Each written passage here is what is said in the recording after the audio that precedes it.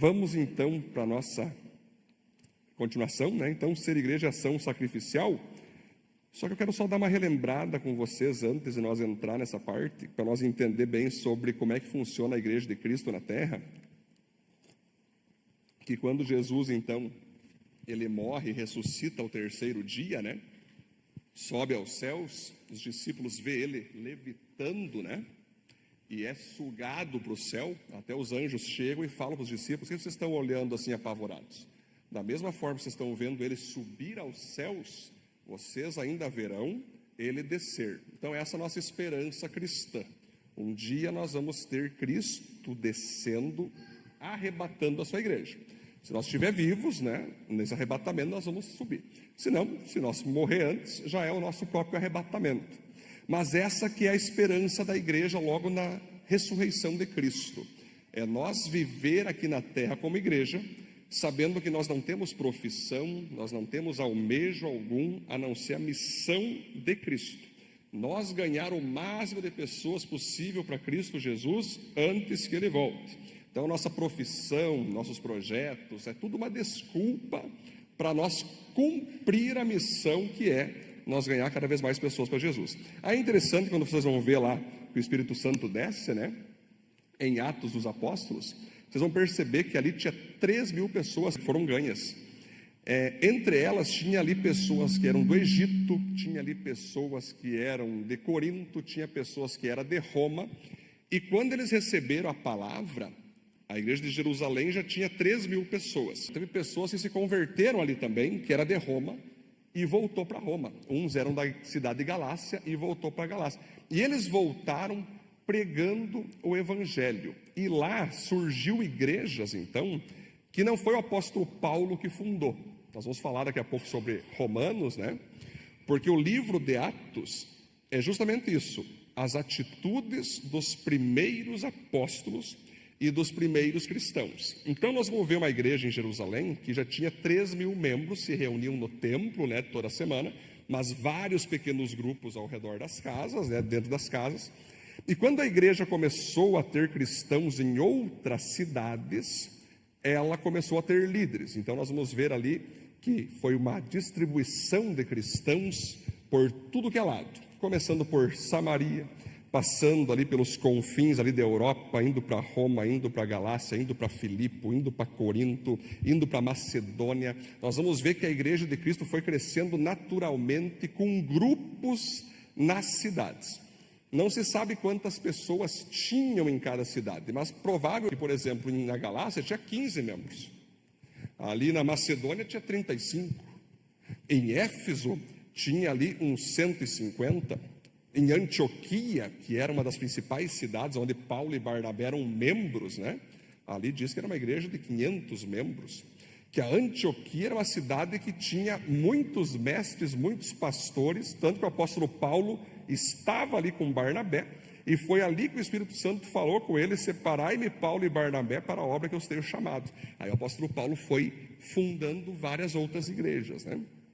Então, o Atos dos Apóstolos é um livro fantástico. Eu peço para você leia todo o livro, que você vai ver ali, queridos, a igreja primitiva tendo bastante unção, tendo bastante evangelismo, bastante pastoreio, mas também bastante problema, bastante conflito, bastante perseguidores contra o apóstolo Paulo. O apóstolo Paulo foi apedrejado e não morreu, né?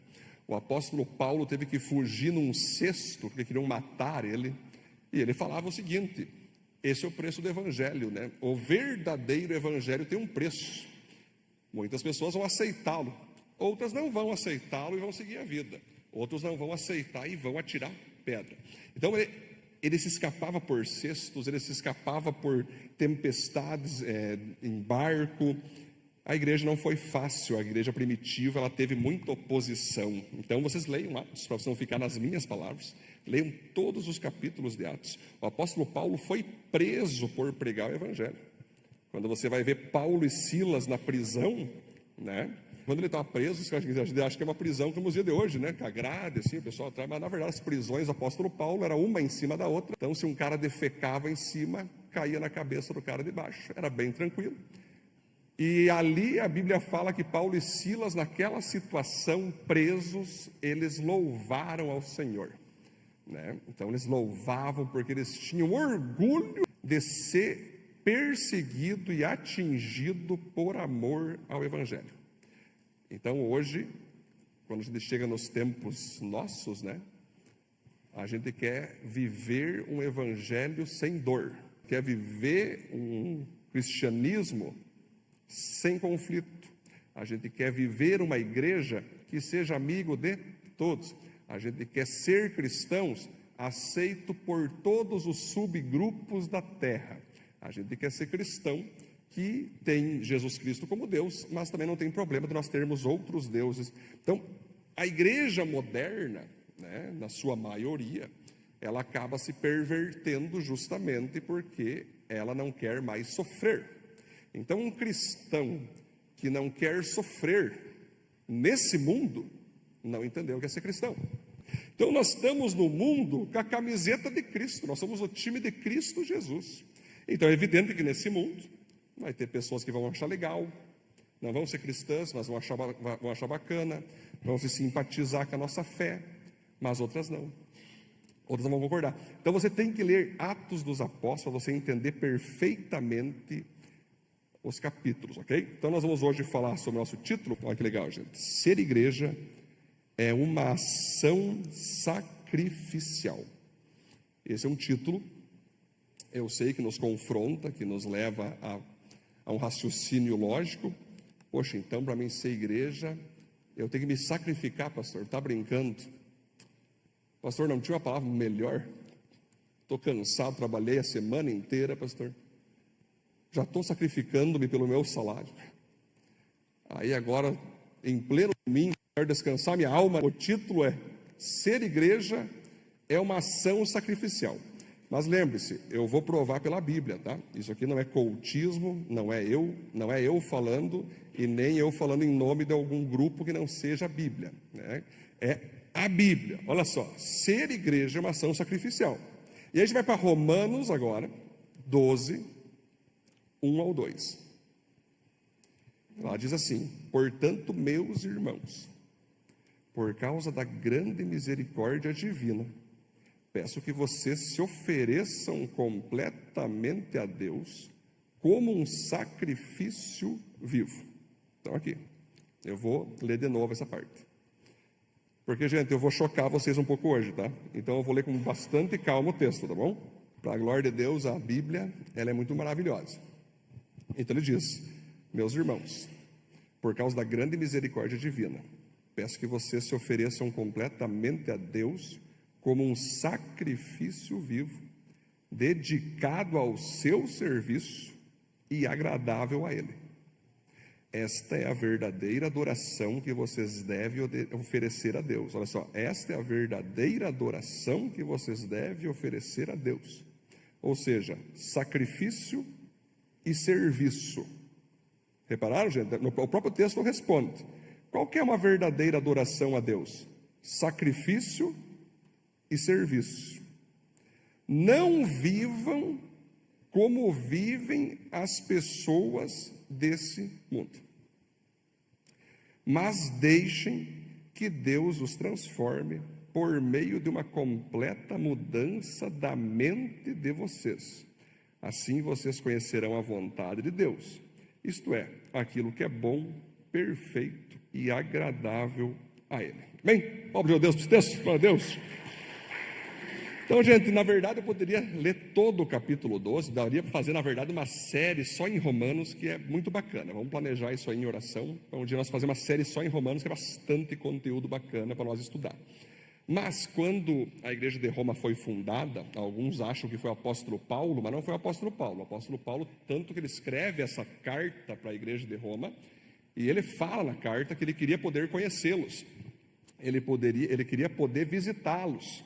Então, provavelmente, quem fundou a igreja de Roma foi um daqueles que viram o apóstolo Pedro pregar, era de Roma, foi lá e fez um grupo, e esse grupo começou a crescer e tudo mais. Só que o apóstolo Paulo, ele sempre teve muitas informações. Ele fica sabendo que a igreja de Roma estava muito boa, estava grande, estava com um grande grupo, Só que, dentro dessa igreja, eles mantinham práticas que eram contrárias à fé cristã, porque eles estavam imergidos na cidade de Roma. A cidade de Roma, queridos, ali onde tinha os imperadores, que em sua maioria os imperadores ou tinham umas 4, 5 amantes e não tinha problema nenhum, ou aprontavam muita corrupção. A parte do Império Romano era muita promiscuidade sexual. Existia o culto ao sexo, o culto à corrupção, o culto à libertinagem. Roma era assim, queridos, não tinha problema você pecar. Em Roma tinha exatamente o lema: se te faz feliz, então faça. Se você fica feliz, tenha uma amante, adultere. Se você está com a tua namorada, não case, não assuma ela, porque tu pode ficar livre para assumir outra. Se estava brabo com alguém, podia matar, estava de boa, depois a gente conseguia acobertar. Roma era tão interessante nesse sentido, queridos, que quando a igreja entra, quando as pessoas se convertem ali, elas estão imergidas nesse assim: eu posso tudo. Eu posso andar com quem eu quero, eu posso fazer o que eu quiser, eu posso roubar para ser feliz, eu posso ter uma amante, eu posso adulterar, eu posso ter uma namorada ali e não casar, está tudo certo, eu posso fazer tudo.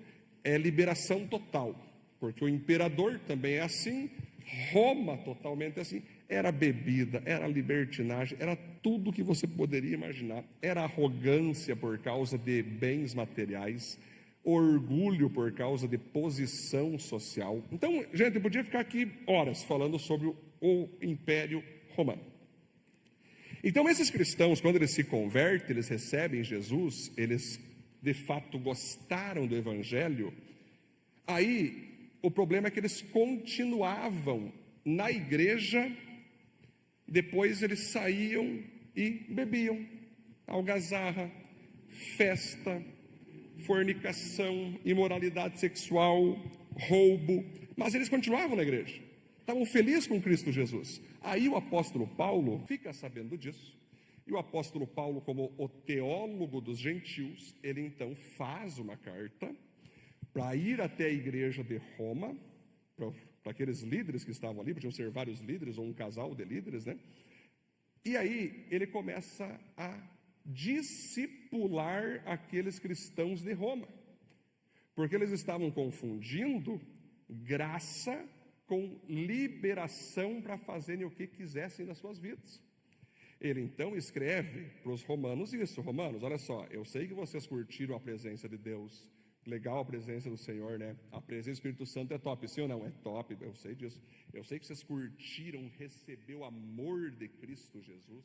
Eu sei que vocês curtiram receber a presença da misericórdia do Pai, só que ela está descendo sobre vocês para que vocês mudem de vida.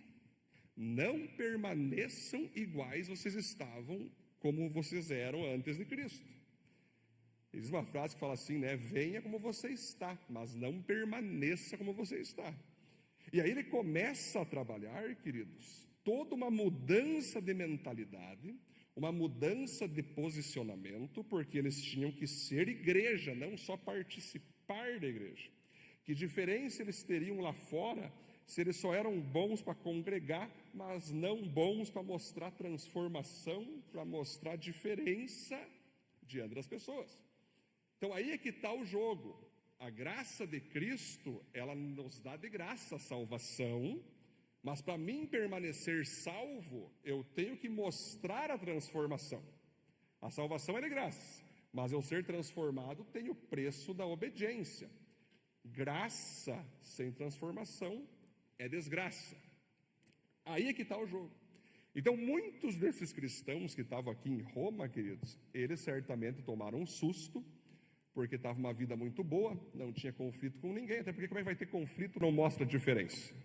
Tu bebia e caía na sarjeta, sem Cristo. Agora com Cristo tu bebe e cai na sarjeta. Aí os caras, chama Jesus Cristo junto para a gandaia, né? Sem Cristo, os caras tinham 3, 4 amantes. Agora com Cristo, continua com 3, 4 amantes. Que diferença fez na vida dessa pessoa? Nenhuma diferença. Cristo, ele vem para nos transformar. Jesus, o primeiro milagre, principalmente dele, né, o primeiro milagre, num casamento, ele transforma água em vinho, de modo a mostrar o quê? Se eu entrego a vida para Jesus, eu sou um formato, logo depois eu tenho que ter um outro formato, eu tenho que mostrar uma diferença, eu tenho que mostrar uma seriedade, eu tenho que mostrar uma nova mentalidade, uma nova postura, um novo posicionamento. E aí, queridos, vamos para o ponto 1, único ponto então que eu quero destrinchar com vocês, que é o seguinte: nossa vida cristã deve ser um sacrifício vivo. Jesus morreu e ressuscitou por amor a nós, para que morramos para nós mesmos e vivamos uma nova vida. Então é interessante, queridos, que quando a gente vai ver ali Romanos 12, 1 ao 2, portanto, meus irmãos, por causa da misericórdia divina. Se ele está falando portanto, é porque ele está agora fechando a pregação dele. Que pregação? Capítulos anteriores, nós estamos no capítulo 12, né? Capítulos anteriores, ele vai pegar o primeiro capítulo de Romanos e vai ensinar para os romanos que todo ser humano carece de juízo, todo ser humano é pecador, todo ser humano está afastado de Deus, todo ser humano merece a morte. Depois ele vai ir para o capítulo 2, onde ele vai mostrar que nós merecíamos ser julgados, porque nós nos afastamos de Cristo, nós nos afastamos da presença do Pai de modo voluntário. Então nós, por modo de culpa, nós merecíamos ser colocados numa cruz, enviados ao inferno. Só que no capítulo 3, ele vai mostrar em Romanos que aquilo que nós merecia, o Senhor Jesus então foi colocado numa cruz, e então a ira do Senhor veio sobre ele. É semelhante de você ter um filho, né? E aí o teu filho apronta algo que é digno de você discipliná-lo, seja com vara ou seja com outro castigo. Mas aí você tem que aplicar, tu prometeu, ó filho, se tu fazer tal coisa é vara, é castigo. Ele fez. Lembra em Gênesis, no início de Gênesis, capítulo 2 e 3, o Senhor fala, se tu comer dessa árvore, certamente morrerás. Se comer desse fruto, vai morrer. Quando comeu do fruto, o pai teve que cumprir. Morre espiritualmente o casal, são expulsos do jardim do Éden. Quando um pai fala que vai fazer algo como castigo para o seu filho ou sua filha, se essa pessoa aprontar algo e não faz, esse pai perde a autoridade. Então, quando Deus falou que certamente morreria, ele teria que cumprir. Ele tira a morte espiritual, tira do jardim do Éden. Só que no próprio jardim do Éden, ele fala para a cobra: cobra, você, encarnado em Satanás, enganou a Eva. Então, o descendente dessa mulher que tu enganou vai pisar um dia a tua cabeça. Então você veja, o Senhor já coloca ali, naquele momento, o nosso substituto, que seria Cristo Jesus. Então é assim, filho, então tu aprontou, meu filho. Tu falou o que eu falei para você não fazer, né? Muito bem, então nós vamos ter que te dar uma disciplina. Mas dá licença, entrou um cara aqui que eu guardei, que eu separei para esse momento. Eu vou cumprir minha justiça nele, para não precisar cumprir em ti. Vai lá, disciplina Jesus Cristo, arrebenta com Jesus Cristo, que foi isso que aconteceu. As pessoas perguntam, quem fez Jesus morrer na cruz? Foi os romanos? Foi os fariseus? Quem foi que pendurou Jesus na cruz? Isaías 53 diz, quis Deus fazer o seu filho sofrer. Então, aquilo que Abraão, queridos, Deus pediu para ele fazer com Isaac, e na hora o próprio pai Deus não conseguiu mais ver aquela situação de Abraão entregar seu filho como sacrifício, aquilo o próprio Deus fez depois por nós.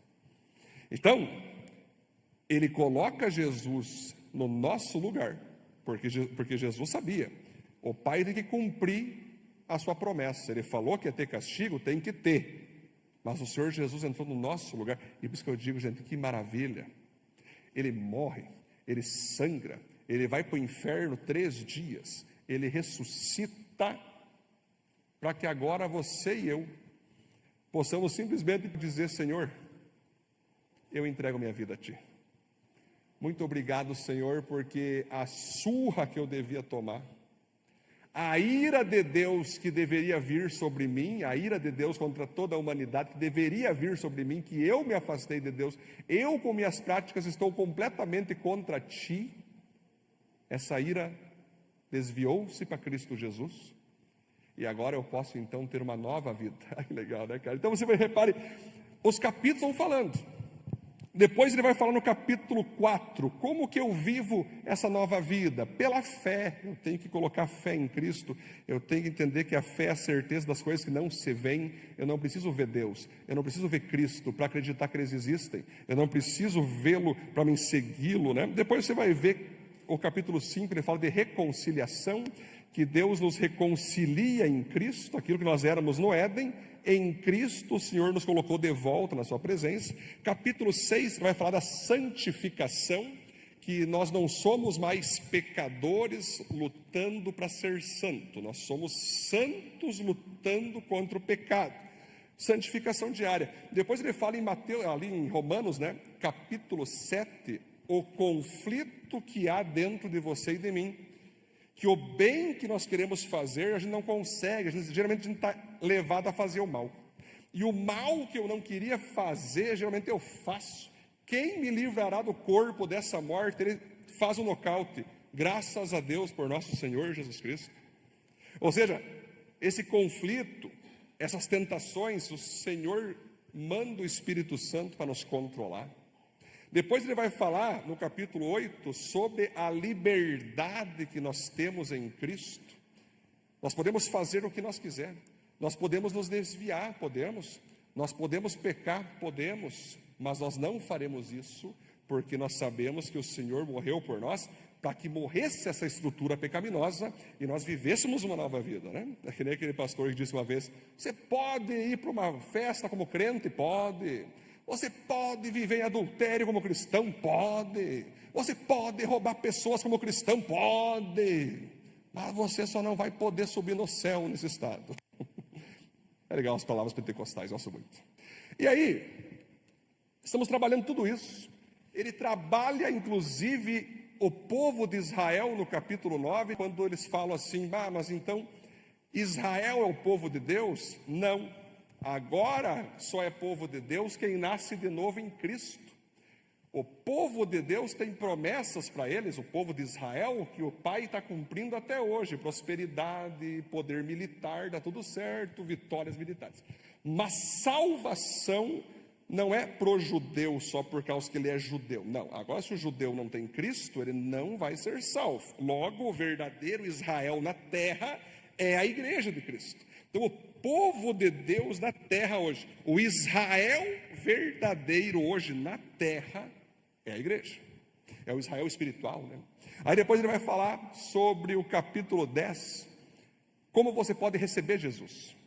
Aí ele fala: se você confessar com a tua boca, Romanos 10, 9, se você confessar com a tua boca que Jesus é o Senhor, e crer no teu coração que Deus o ressuscitou dentre os mortos, será salvo. Ou seja, Senhor é aquele que manda. E você confessar que Jesus Cristo veio em carne, ressuscitou o terceiro dia, se você consegue fazer isso, glórias ao Senhor por isso. Eu já expulsei algum demônio pedindo para uma pessoa falar assim: viu, repete comigo essa oração, tá bom?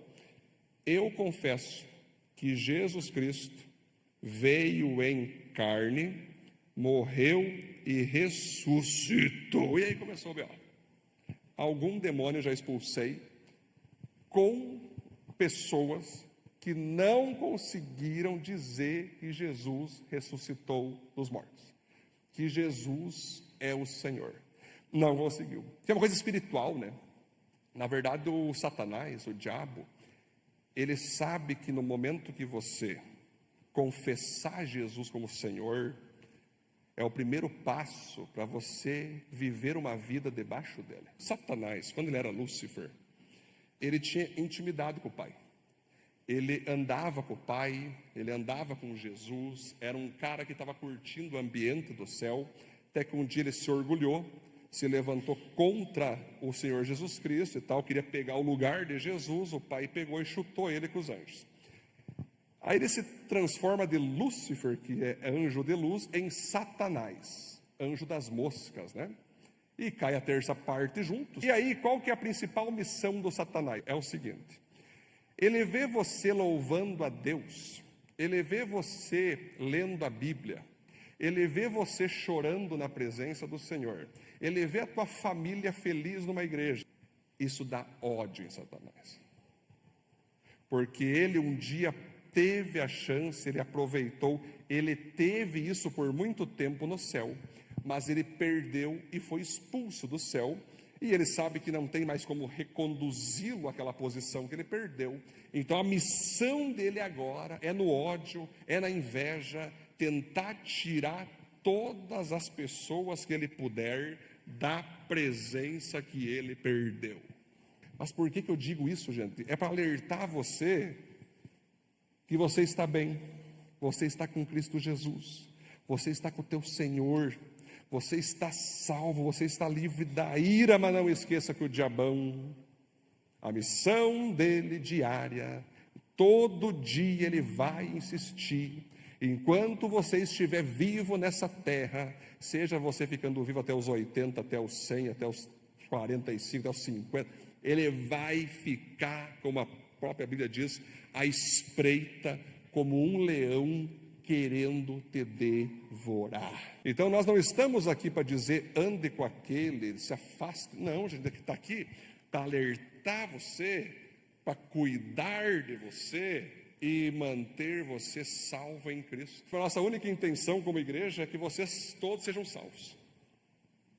Porque tu ser salvo, se batizar naquele espetáculo, é muito fácil. O difícil é se manter salvo. É manter salvo, porque a salvação é hoje.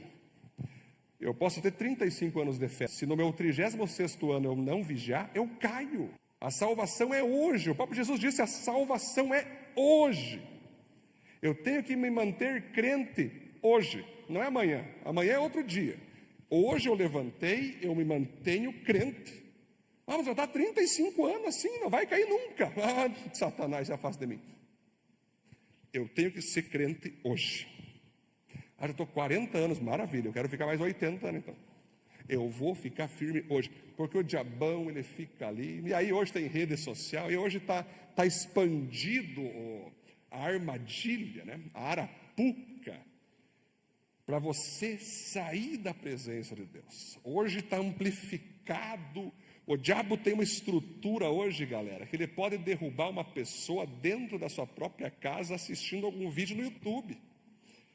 O diabo ele pode derrubar nossos filhos, cara, com um simples vídeo que muitas vezes os pais nem viram que ele assistiu. O diabo está com uma bomba na mão agora, queridos. O diabo está com uma potência na mão para derrubar pessoas dentro da sua casa. Não é mais uma questão de, cuide para andar com aquele, cuide para andar com aquele outro. Às vezes tu se livra de um monte de gente, mas está no Insta, na pornografia, está no YouTube, não sei o quê, está lá no WhatsApp conversando com um amante, flertando, entende, cara? O diabo tem toda uma telecomunicação para derrotar e derrubar o cristão. Aí quando você vê então, quando você entende toda essa estrutura, ele fala: portanto, meus irmãos, por causa da grande misericórdia divina. Que misericórdia é essa, queridos? Misericórdia é não receber aquilo que merecíamos. Graça é receber o que não merecíamos, a salvação. Misericórdia é eu não receber o que eu merecia, que é o inferno e a condenação. Aí então o apóstolo Paulo fala: meus irmãos, por causa dessa grande misericórdia divina, peço que vocês, para se manter crente, para se manter salvo, para se manter cristãos, ofereçam-se completamente a Deus como um sacrifício vivo. Então, gente, quando você vai perceber sacrifício, pega a cultura judaica. Quando um cara pecava, ele entregava um sacrifício para Deus, para o sacerdote. Quando uma pessoa queria ser grata a Deus por uma bênção, ele ofertava um sacrifício. Nós já sabemos a cultura judaica. Tinha um custo, tinha um valor, tinha que comprar o boi, tinha que oferecer para o sacerdote.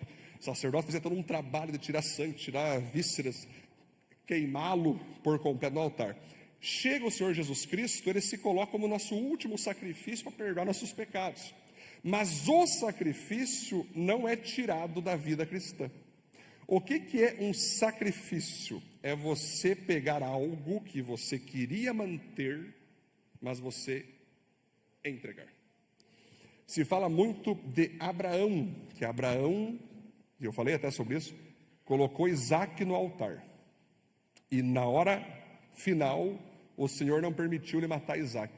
Mas tem um detalhe que eu sempre acho legal, eu cito, que Isaac tinha entre 17 e 22 anos. Isaac não tinha 2 anos. Alguns se confundem que Isaac tinha 3 anos. Era um menininho que levou de colo. Não, ele tinha 17 a 22 anos. Ele foi andando de boa. E aí, pai? Estamos indo aonde? Não, Senhor, nós vamos fazer um sacrifício para Deus. Ah, legal. Ele levando lá os gravetos, levando a faca, levando ali para fazer o fogo. No meio do caminho, eles chegam no lugar. Aí Isaac olha: ô pai, tu esqueceu do cordeiro, pai? Onde é que está o boi? Aí Abraão falou: filho, Deus vai prover. Mas como assim, filho? Como assim, pai? Não, Deus vai prover. Aí Abraão pega e fala: Isaac, aqui tem um altar, ó. Deita aqui, faz favor. Aí Isaac: misericórdia. Mas sou eu então o sacrifício? Rapaz do céu. Isaac podia ter fugido. Isaac podia ter, sei lá, agredido o pai. Isaac podia ter chorado, gritado. O que ele fez? Ele confiava no pai. Tá bom, pai, bora. Abraão amarrou ele. Abraão preparou Isaac. Abraão foi quando aconteceu 17 a 22 anos, não sai dessa faixa, de 17 a 22. Ele deita ali. Ele já entendeu que o pai dele vai matar ele, que o pai dele vai oferecer ele como... Ele entendeu e ele deixou. Aí Abraão pega a faca, cara, levanta para matar, ele ia cravar no peito de Isaac. Quando ele foi cravar, o anjo falou: não, chega, agora eu entendi que você não considera mais Isaac acima de mim. Pega de volta teu filho. E aí aparece o cordeiro no arbusto. Do nada aparece, ele pega o cordeiro e mata no lugar de Isaac. Espetacular, é um evangelho puro aqui, né? Mas é legal, cara. Isso para nós mostra o que é ser cristão. É você olhar para o pai e dizer: pai, tu quer sacrificar o que na minha vida? Não importa, Senhor. Eu vou para o altar. Sacrifica, Senhor, meus maus pensamentos. Sacrifica, Senhor, meus maus desejos. Sacrifica, Senhor, meus maus comportamentos. Bora, Senhor.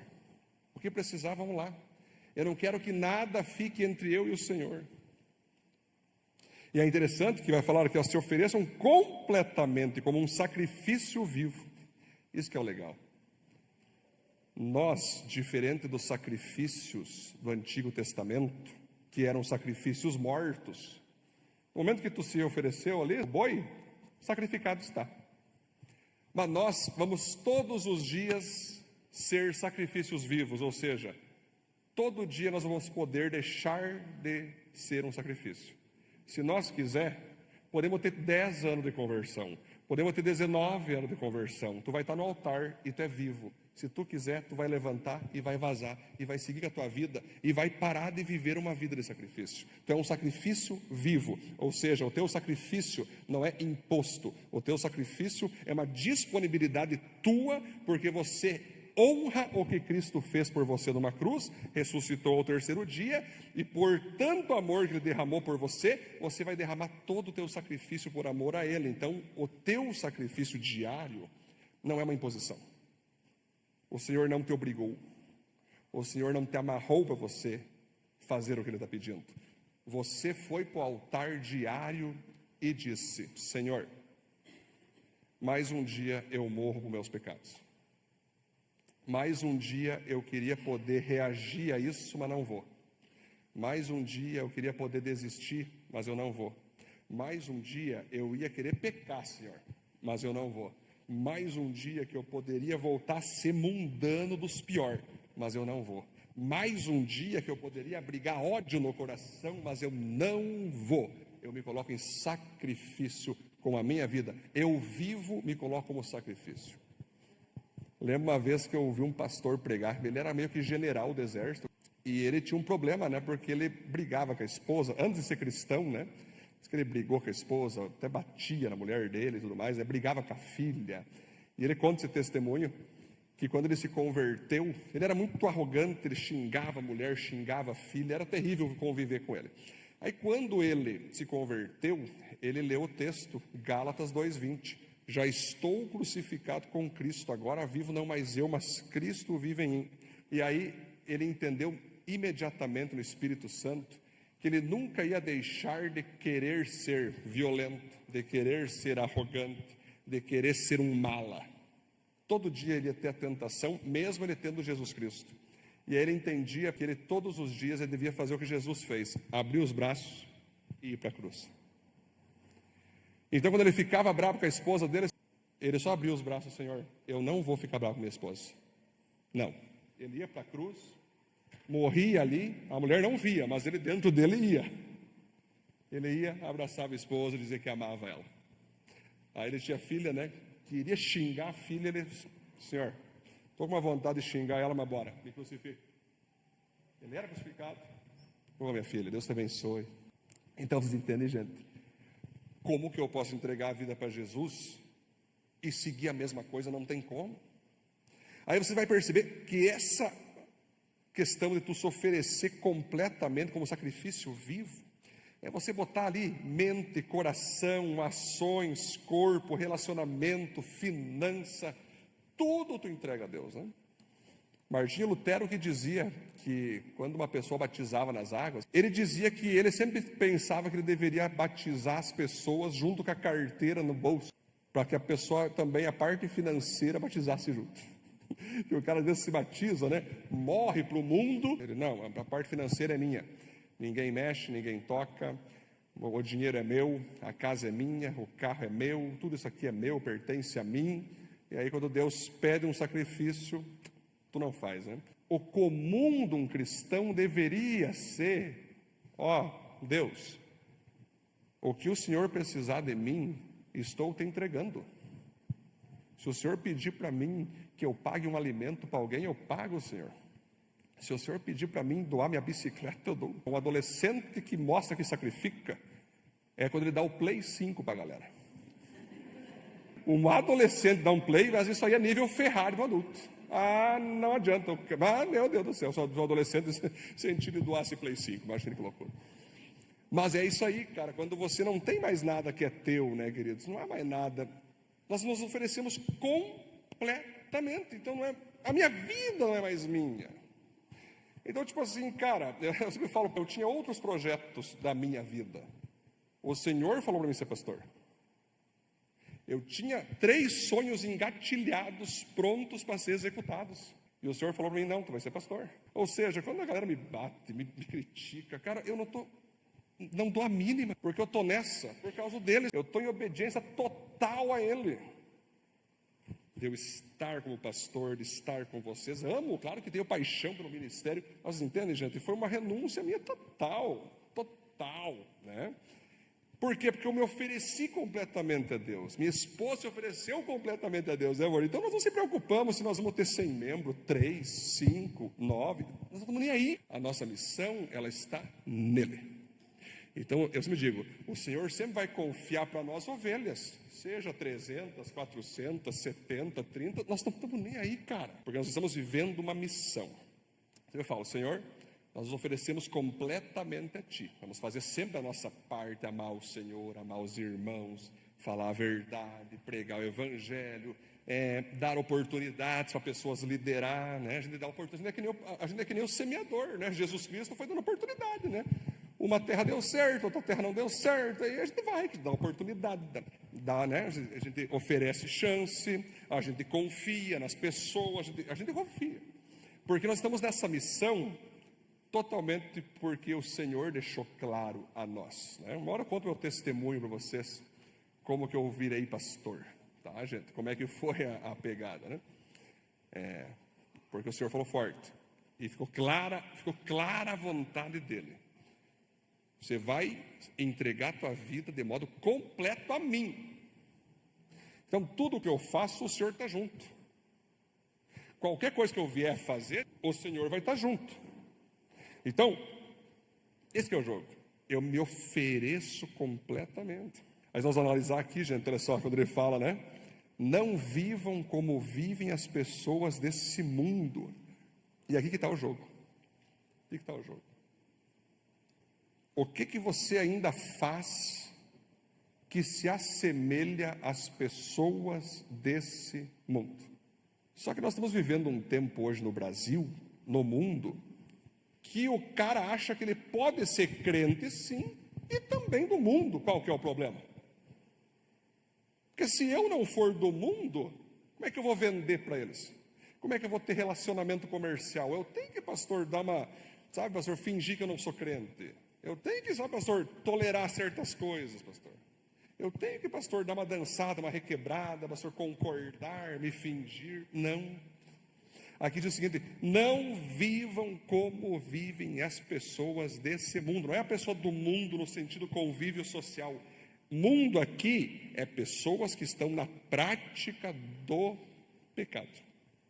Então, quando você concorda, vive igual, tem as mesmas práticas, mas ainda diz que é crente, é complicado. Hoje nós não temos mais não crentes, aqueles autênticos. Eu não amo Jesus. Eu não quero saber de Jesus, eu quero ser mundano, ouviram? Hoje nós não temos mais esse tipo de não crente. Hoje nós temos o crente, que ele é igual ao mundano, até participa da igreja, ergue a mãozinha, na segunda-feira sonegando, na terça-feira adulterando, na quarta fornicando, na quinta mentindo, na sexta nas suas imoralidades, palavrão direto, assim, ó, baixo calão, pornografia, mas no domingão está na igreja. Né? Gente, o evangelho é sério. E por isso quando eu falo aqui, queridos, que ser igreja é uma ação sacrificial, logo estou dizendo, não ser igreja é uma ação egoísta. Então, se eu não sacrifico nada, se eu não mudei nada, se eu não abandonei nada, se eu não perdi nenhuma amizade por causa de Cristo, se eu não perdi nada que eu estava envolvido, tudo ficou igual logo, eu não estou sendo igreja. E para nós fechar então, queridos, é legal que ele fala aqui, ó, deixe Deus transformá-los pela completa mudança de mente, mas a verdadeira adoração é um sacrifício vivo dedicado ao seu serviço. Aqui, gente, eu estou finalizando a palavra. O apóstolo Tiago disse que fé sem obras era morta. Então, quando eu sou cristão, a primeira coisa que eu começo a querer fazer é estar na igreja. Tu quer estar na igreja, tu quer conhecer as pessoas. Quando eu me converti ali, eu tinha muitos amigos, né? Então eu sabia que eu tinha perdido meus amigos, meus 45 amigos, que eles não aceitaram minha conversão. Aí dentro da igreja eu comecei a fazer amizades, eu tinha que fazer amigos, cara, eu tenho que fazer amigos, que sejam de Deus, amigos que me amem, amigos que amem a Deus. E comecei a me oferecer para fazer alguma coisa na igreja, para trabalhar. Precisa de alguma coisa? Eu quero ficar aqui. Tem comunhão, tem churrasco, o que vocês têm aí? Tem futebol, tem esporte, tem serviço. Por quê, gente? Quando eu estou cristão, eu quero duas coisas: estar em meio aos cristãos na comunhão e ajudar os cristãos a fazer a obra de Deus através do serviço. Então você veja, quando eu vejo nossa igreja, né, cara, a gente tem tantas opções de serviço. O serviço para o reino, ele nos mantém no reino. Então quando você fica só como assistente de celebrações, tipo, tu só recebe, tu só vem e recebe, tu não quer mais nenhum envolvimento, tu só quer receber. Você está sendo um assistente, você está querendo um auditório, não uma igreja. E quando você serve, é que você vai se manter conectado à tua igreja local, com a presença de Cristo Jesus, e você vai se sentir útil no reino, né? As pessoas, elas querem muito, elas se confundem muito. No mundo de hoje, infelizmente esse mundo capitalista de hoje, as pessoas não querem serviço, elas querem posição. O próprio Jesus disse: o maior é o que tem a posição de destaque. Não, o maior é o que serve. Cara, se tu vai ser líder, se tu vai ser presbítero, se tu vai ser pastor, se você vai ser um cara que vai vender hambúrguer, se você vai ser o cara que vai varrer, se você vai ser o cara que vai ficar ali ajudando as cadeiras, Não interessa o que tu vai fazer, o que tu vai ser, como tu vai servir. O ruim é você nada fazer. Ou seja, eu não tenho apego à posição, mas eu preciso ter apego ao serviço. Eu quero estar disponível, eu quero fazer alguma coisa. Isso pode ser tanto dentro da igreja como fora da igreja. Então vocês entendem, gente, que eu estar na igreja, eu servir alguma coisa na igreja, ou lá fora também como evangelista, eu estar fazendo algo para Deus, me mantém em Deus. Né? Eu sei, a gente às vezes tem, pessoal, mas é que serviço não é fácil, a gente tem que enfrentar cada irmão, pastor, cada irmã, é cada conflito, mas bem-vindo, isso é igreja. Eu sempre digo assim, que é muito legal, a gente acha às vezes que as pessoas são complicadas, mas é que nós não vimos nós, né? Nós também somos complicados. Conviver contigo ali, eu conviver com você, você comigo, nós conhecendo nossas fraquezas, nossas qualidades, conhecendo a nossa história, conhecendo aonde nós somos bons, aonde nós somos ruins, às vezes dá uns atritos, dá uns conflitos, dá uns perrengues, normal, porque a igreja é formada por pessoas imperfeitas, mas nunca, queridos, nós podemos chegar na conclusão, não, eu não vou mais servir, porque eu não consigo mais conviver com pessoas diferentes de mim, está errado, eu não quero mais servir porque fiquei magoado, não, supera. Na verdade, eu mostro o quanto eu sou cristão quando você está no meio dos relacionamentos e principalmente quando você administra conflitos. Quando você não se deixa, não quero mais andar com essa pessoa porque eu percebi que ela não se... Não, cara, você fica, você fala a verdade, você leva a pessoa a melhorar, você se coloca como pessoa humilde para receber também correção quando você errar. Então, é uma questão que a Bíblia está mostrando para nós, gente, que se eu me sacrifico, eu sirvo. E sacrifício e serviço é algo agradável a Deus. Ou seja, Deus se agrada quando eu vou para a cruz e sirvo a Ele na igreja. E sirvo os irmãos. Dentro da igreja, fora da igreja, você servir ao Senhor é um trabalho, mas é dedicação, é uma coisa que é agradável a Deus. É tão legal, cara, eu fico imaginando às vezes, né? Tantas pessoas na Copa do Mundo, né? Fizeram balão, bolo de aniversário, churrasco, pipoca verde e amarela para assistir o Vini Júnior. Não, nada contra, gente, eu também assisti, eu achei top o jogo na Copa, até achei que o Brasil podia ter ido mais longe. Campeão eu achei que não, mas você podia ir mais longe, né? O Haaland veio lá e acabou com os caras, tudo bem. Mas aí para Deus, os caras,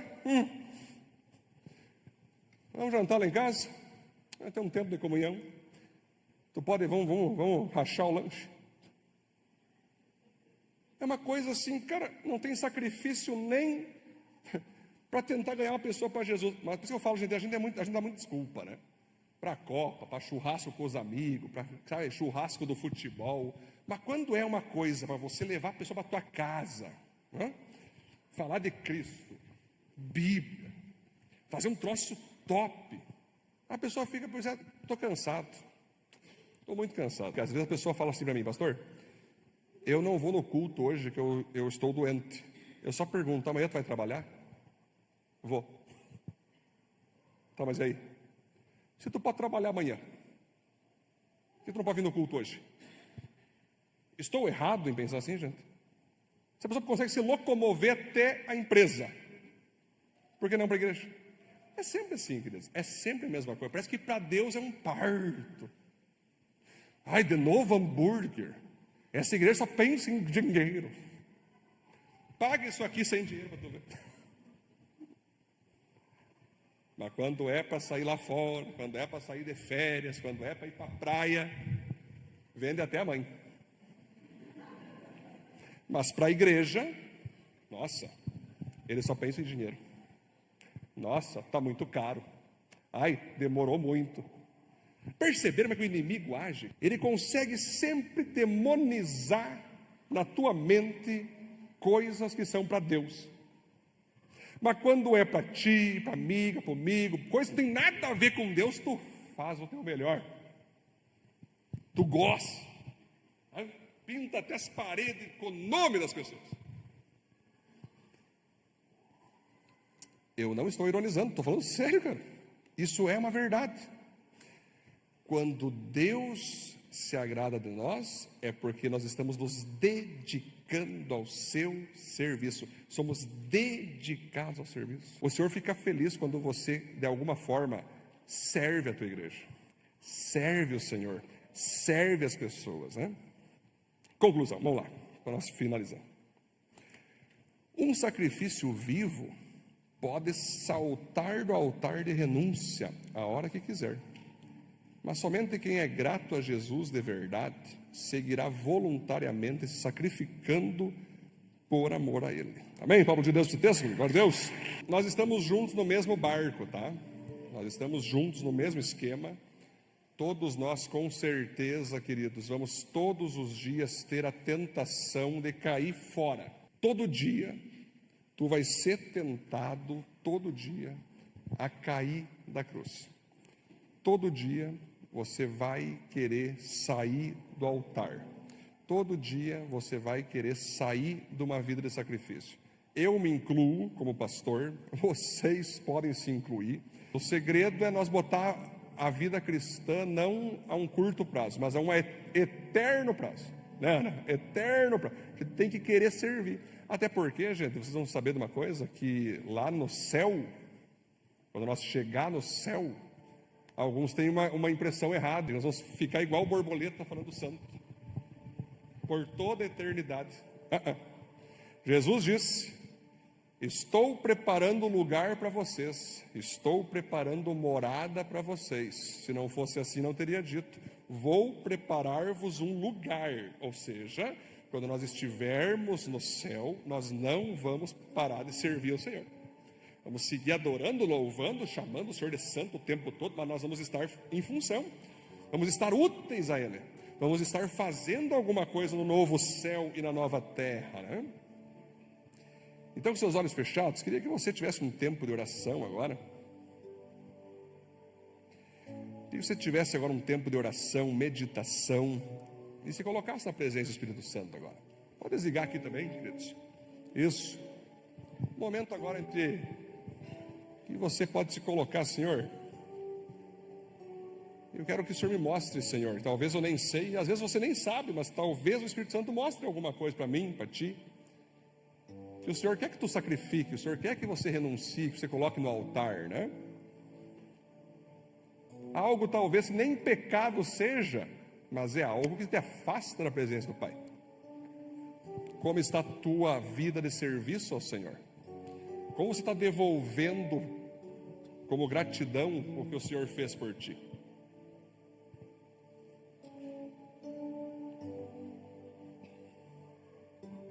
Momento agora nós orarmos, momento agora nós se colocar.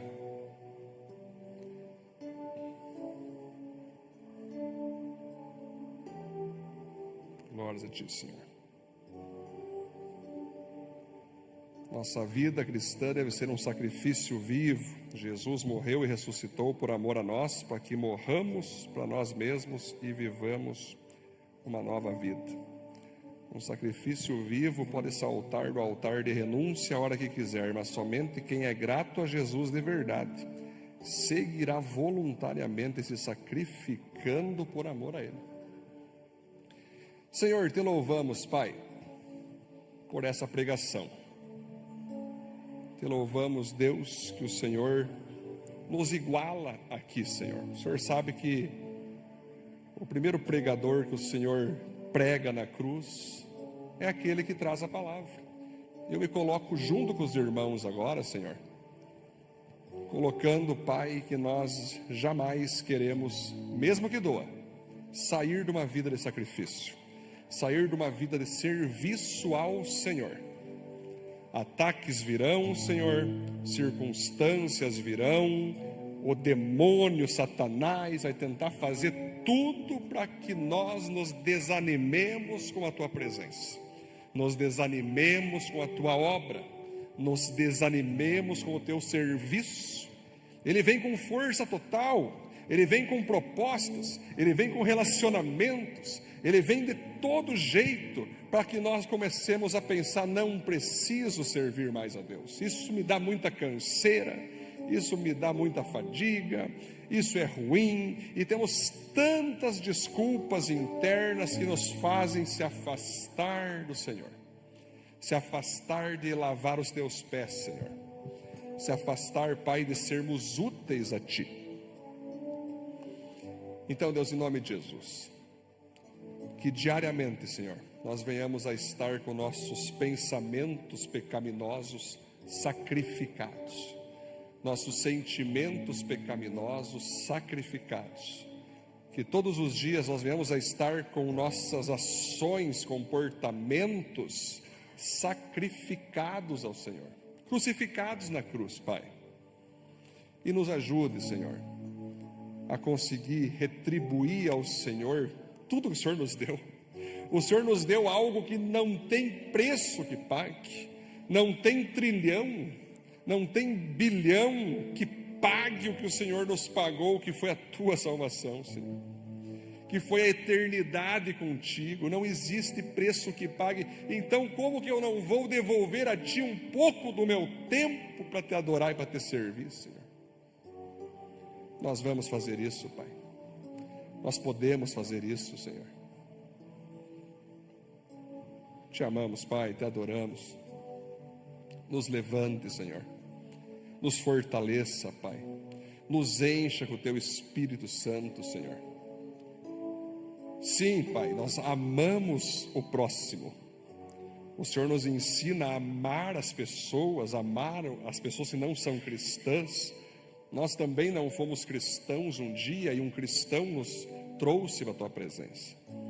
Queremos amar o mundo, Senhor, como o Senhor disse em João 3,16, que o Senhor amou tanto o mundo que enviou o Seu Filho para morrer por esse mundo, para que quem cresce nas Suas palavras tivesse vida eterna.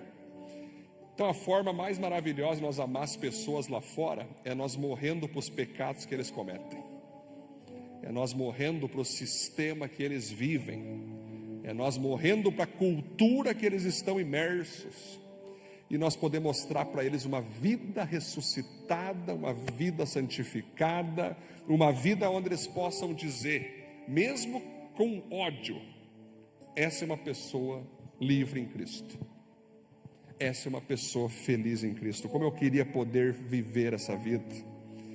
E nesse momento nós mostrar o Senhor para elas, nesse momento nós mostrar o Espírito Santo para elas. Te glorificamos, Senhor. Muito obrigado, Pai. Muito obrigado. Perdoa nossos pecados, Senhor. Se tiver alguém aqui, Pai, que se arrepende dos seus pecados hoje, tenho certeza que Teu perdão alcança ela agora. Tenho certeza que tem alguém aqui hoje, Deus, que está renovando sua vida contigo. Senhor, até aqui eu não estava tão bem, mas agora me comprometo a voltar a Te servir, Senhor. A voltar, Deus, a ter mais comunhão, a voltar a ter uma vida mais sacrificada. Receba essa oração agora, Pai, receba essa oração. Te louvamos, Senhor. Queremos ser essa igreja, e aqui eu Te glorifico, Senhor, porque para a glória do Senhor, nós temos na nossa igreja mais de 80% dela envolvida em serviço, envolvida na Tua obra, com amor, com paixão, desde o kids até a integração, Deus, até os nossos alimentos, nossos lanches, nossos churrascos, nosso estacionamento, nossa recepção, Deus, nossa vigilância, nossos ministérios, Pai, nossas limpezas, tudo que a gente tem feito aqui, Senhor, é para Te glorificar, é para retribuir ao Senhor tão grande amor. Amamos Te servir, Senhor, porque o Senhor merece todo o serviço. Amamos a Tua igreja, Senhor, porque ela é a Tua noiva. Amamos a Tua obra, Senhor, porque é através da Tua obra que nós podemos Te glorificar e trazer pessoas para mais perto de Ti. Amamos, Deus, os dons e habilidades que o Senhor deu para cada um de nós. E como igreja queremos seguir firmes e fortes. Que Satanás seja mais uma vez derrotado, que toda a armadilha do diabo contra nossas vidas seja destruída em nome de Jesus, porque nós não iremos abaixar a cabeça para a Tua obra, para o Senhor, para o Teu serviço. Seguiremos com alegria, com um coração grato, Deus, Muito obrigado. Que venhamos a ser essa igreja, uma igreja sacrificial. E desde já eu oro, Deus, que nos pequenos grupos venhamos a ter muitos testemunhos, venhamos a ter, Deus, muitos depoimentos dos nossos irmãos com seus líderes, e com isso nós, como membros do Senhor, cada vez mais termos uma vida de sacrifício. Se nós oramos em nome de Jesus. Amém, amém, glória a Deus.